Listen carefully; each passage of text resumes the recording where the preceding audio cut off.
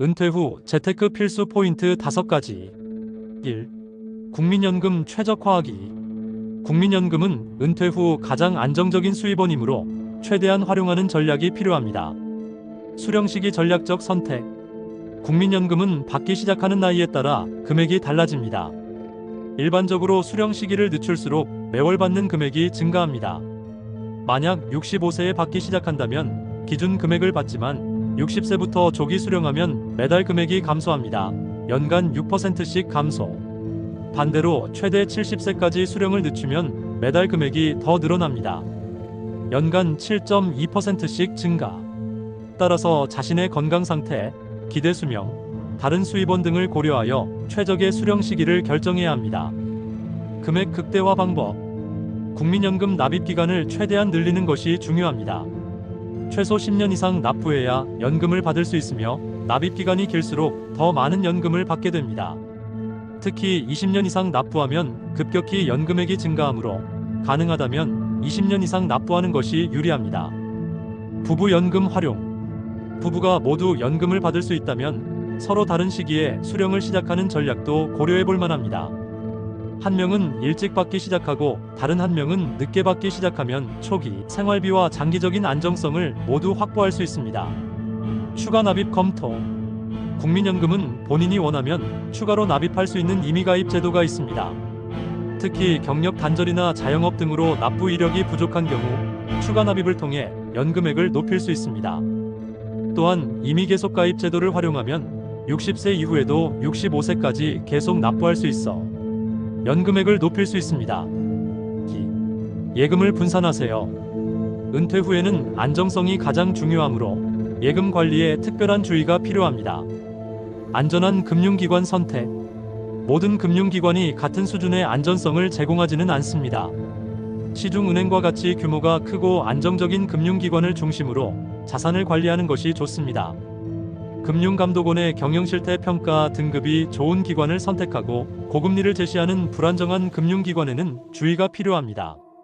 예금자 보호 한도 확인. 예금보험공사는 1인당 금융기관별로 5천만 원까지만 원금과 이자를 보장합니다. 따라서 예금 금액이 크다면 여러 금융기관에 분산하는 것이 안전합니다. 예를 들어 3억 원의 예금이 있다면 6개 이상의 금융기관에 나누어 예치하면 모든 금액이 보호받을 수 있습니다. 정기예금 분산 전략. 만기가 다른 여러 개의 정기예금에 분산 투자하는 전략은 유동성과 수익성을 모두 확보할 수 있는 방법입니다. 예를 들어 1년, 2년, 3년 만기의 정기예금에 균등하게 나누어 가입하면 금리 변동 위험을 분산하고 정기적으로 일부 자금을 활용할 수 있습니다. 만기가 돌아오는 예금은 다시 장기로 예치하며 이 사이클을 반복합니다. 비상금 계좌 별도 관리. 갑작스러운 의료비나 긴급 상황에 대비한 비상금은 별도의 계좌에 보관하는 것이 좋습니다. 일반적으로 6개월에서 1년치의 생활비 정도를 즉시 인출 가능한 형태로 유지하는 것이 권장됩니다. 이 자금은 수익성보다는 접근성과 안전성에 중점을 두어 관리해야 합니다. 3. 채권형 펀드 활용. 은퇴 자산의 일부는 채권형 펀드와 같은 중위험 상품에 배분하여 인플레이션에 대비할 필요가 있습니다. 안정적인 수익 추구. 채권형 펀드는 주식형 펀드보다 변동성이 낮고 안정적인 수익을 기대할 수 있습니다. 특히 국채나 우량 회사채 중심의 펀드는 상대적으로 위험이 낮습니다. 은퇴 자산의 20에서 30% 정도를 채권형 펀드에 배분하는 것이 장기적인 인플레이션 대응에 도움이 됩니다. 원금 보존 중심.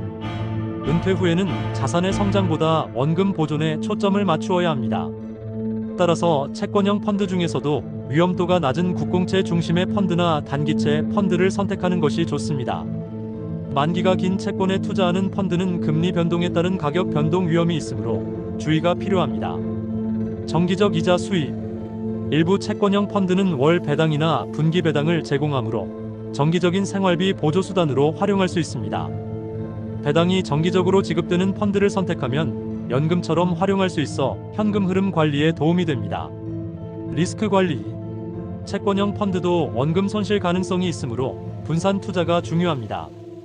여러 유형의 채권에 투자하는 다양한 펀드에 분산하고 한 펀드에 과도하게 집중 투자하지 않도록 주의해야 합니다.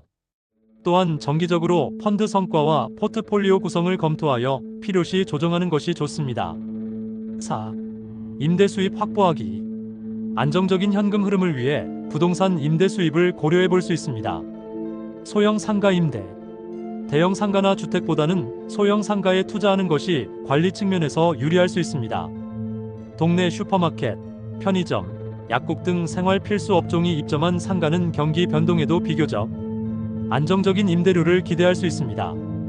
위치가 좋고 교체 수요가 많은 곳을 선택하는 것이 중요합니다.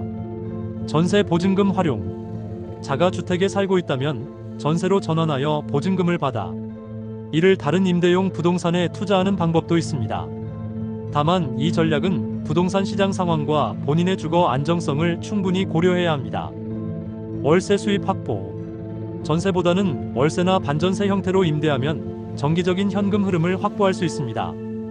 은퇴 후에는 목돈보다 매월 일정한 수입이 더 중요할 수 있으므로 일부 부동산은 월세 위주로 운영하는 것이 유리할 수 있습니다.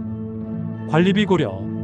임대 수입을 계산할 때는 세금, 보험, 수리비, 관리비 등 각종 비용을 반드시 고려해야 합니다. 순수익은 총 임대료에서 이러한 비용을 뺀 금액이므로 수익률 계산 시 이 점을 간과하지 말아야 합니다.